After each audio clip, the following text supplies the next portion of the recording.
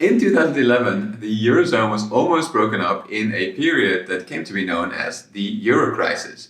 Now, with Europe being at the center of a major outbreak of the COVID-19 virus, many economists are wondering, will the Eurozone be able to withstand the economic pressure that comes with that? In other words, will the Eurozone be another victim of the COVID-19 virus? Keep watching this video to find out.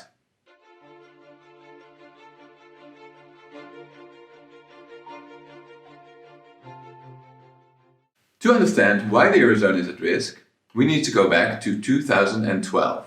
Oh, those happy days when Corona was just a Mexican beer, Greece got a massive €130 billion bailout, and David Cameron, then the UK Prime Minister, made a speech stating, "The Eurozone is at a crossroads. It either has to make up or it is looking at a potential breakup." To understand what he meant by that, let's quickly remind ourselves what caused the Euro crisis to begin with. The Euro crisis usually refers to a period between 2009 and 2014, when countries such as Portugal, Ireland, Greece, and Cyprus were unable to repay or refinance their government debt on their own. They needed the support of other Eurozone countries, the European Central Bank, and the International Monetary Fund to do so. Now remember that this was just after the global recession of 2008, during which many, not just Eurozone countries, had to save their banks. However, what made Eurozone countries so unique is that they didn't have their own currency or their own central bank to back them up. Governments that have their own central bank can never run out of money in times of crisis. Why? Because they can always instruct their central bank to print more money. Sure, doing this too much and structurally will cause inflation. But at least in a crisis in which only temporary cash is needed, the central bank can help.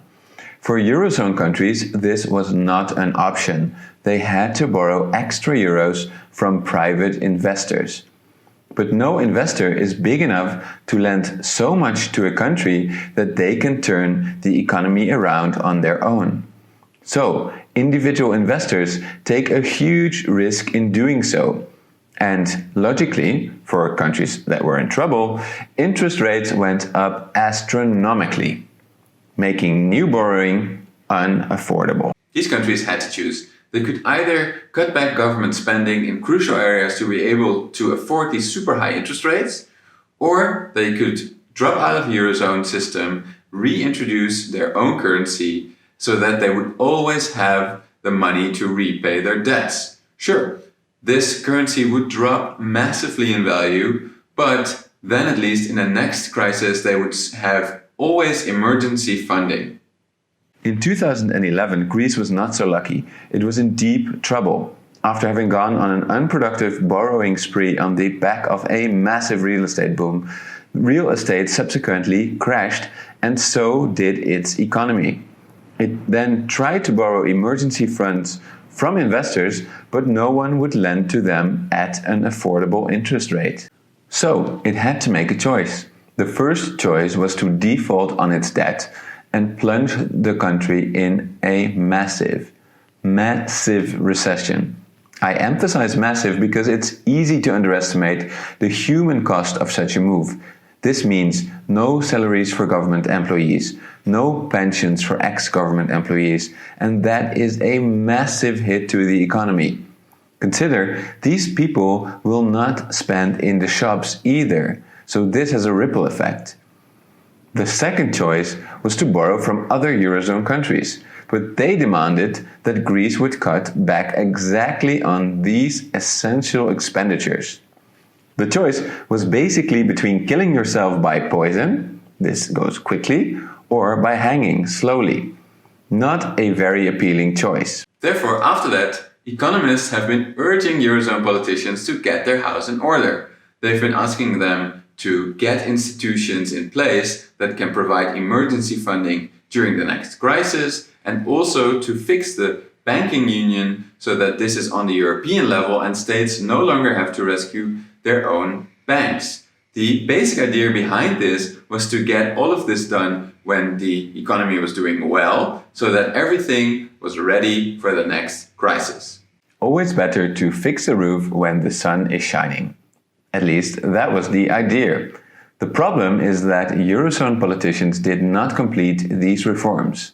And now it seems a storm has come for the Eurozone, and that storm is known as COVID-19. So now we wonder, what might be the impact of COVID-19 on the Eurozone economy?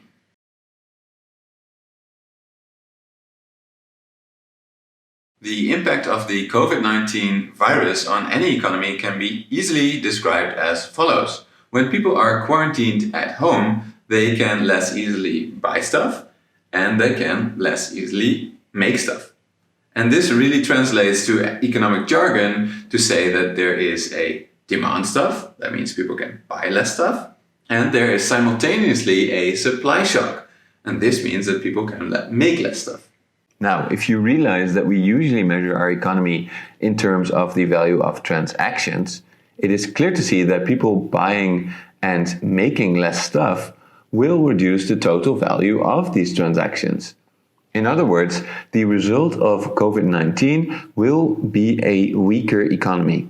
Even in the best case scenario, the economy will definitely take a big hit. But the good news is that this could be temporary. It could be that after people have been sitting at home for 2 months, they just go back to work and just go back to buying. Remember that if people work less, they earn less, but since they also buy less, they might need less income during the quarantine. And so after that, they might just go back to spending. That is the best case scenario. In this scenario, the Eurozone economy just bounces back to its previous level after COVID-19. Sadly, there are two major complications. The first is that not all expenses stop if people stay home. For many people and companies, the rent will still be due at the end of the first quarantine month. Similarly, for indebted companies and people, they still need to repay part of that loan every month with interest. Now, this could be fine if people and companies have sufficient buffers. And this brings us to the second complication, which is that many don't have buffers. This means that many companies and individuals might go bankrupt.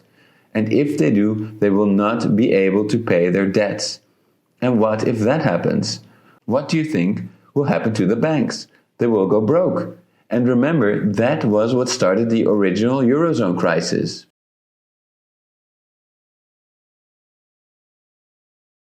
How will the European governments be affected by the citizens, businesses and banks that did not have the necessary buffers to survive the supply shocks and demand shocks produced by the COVID-19 virus? They will be affected in two ways. The first is that they will receive less taxes, not only from these broke businesses, banks and citizens, but also from all other taxpayers that were selling their products to them. The second effect is that the government will have to spend much more on unemployment and other benefits, so its debt will rise massively.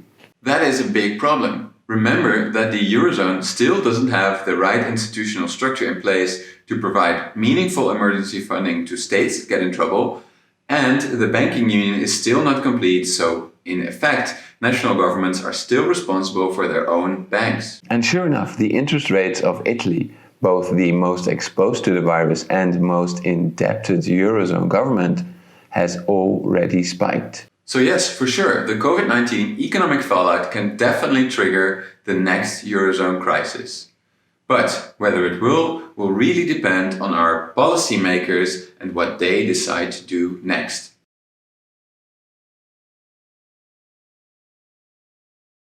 Which policymakers are we talking about? When a big economic shock like this hits the Eurozone, people generally turn towards the European Central Bank. Not because they are necessarily best positioned to do anything about it, but mostly because in the past they've had the most resolve to act decisively. The current president of the European Central Bank, or ECB, is Christine Lagarde.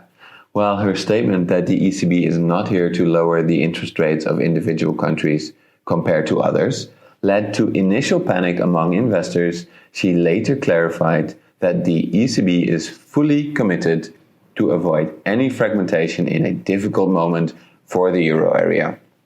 One of the measures that the ECB has implemented immediately is a 120 billion euros worth of extra bond purchases. Furthermore, it launched a new program of cheap loans to encourage banks to keep lending to small businesses. Finally, it decreased the rates on its existing bank lending schemes. You might notice that all of these measures are intended to provide buffers for banks, both in the hope that they will do the same for firms and that they do not fall and drag down their governments with them. That being said, both the ECB and most economists have said that to truly save the Eurozone, governments will need to step up this time. This shifts the spotlight to the second group of policymakers, namely the politicians of the Eurozone member states and the bureaucrats of the European Union. To calm initial panic on financial markets, Italian and Spanish market regulators banned investors from betting against the prices of stocks. Doing this, they hope to calm the nerves of investors and keep the money flowing. Furthermore, they pushed for more government spending to turn the economic tide. In the past, this has been problematic, especially since politicians of the Northern European Union states, such as Germany and the Netherlands, seem to really hate increasing government spending, whatever the circumstances.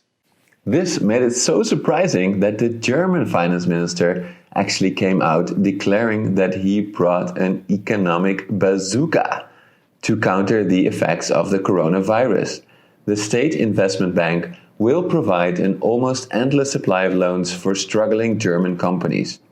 Furthermore, companies will be allowed to postpone paying billions in taxes. In addition, the Germans rushed through a bill that supports companies that put their workers on reduced hours. These unexpected moves from Germany might motivate other Eurozone politicians to do the same. Finally, the European Commission also signaled a willingness to spend. Ursula von der Leyen, the new president of the European Commission, announced that strict rules on government borrowing of members will be temporarily lifted. Furthermore, she announced that the Commission will mobilize 37 billion extra euros to combat the impact of the virus. The different response from politicians now compared to during the previous Eurozone crisis is really remarkable. But will it be enough to really stop a next Eurozone crisis? Sadly, no one knows for sure. The Eurozone has never been hit by an economic shock of this magnitude. The massive quarantine effort to combat COVID-19 will hit the Eurozone economy hard. A lack of buffers and quite a lot of debt means that some Eurozone companies and banks will be under a lot of stress. This will inevitably affect government budgets. However, the difference with last time is that the politicians now show a willingness to save the euro. For now, I remain hopeful that the Eurozone will be able to weather the economic fallout. But in economics, you really never know for sure. Therefore, it's important to keep up to date. And you can do so by, for example, subscribing to my channel. I will post here regular updates on the topics of central banking, finance, and economics. If you enjoyed the content of this video, then consider liking it or sharing it on social media. Furthermore, I am keen to discuss this economics COVID-19 interaction in more detail, and so I hope to see you down in the comment section.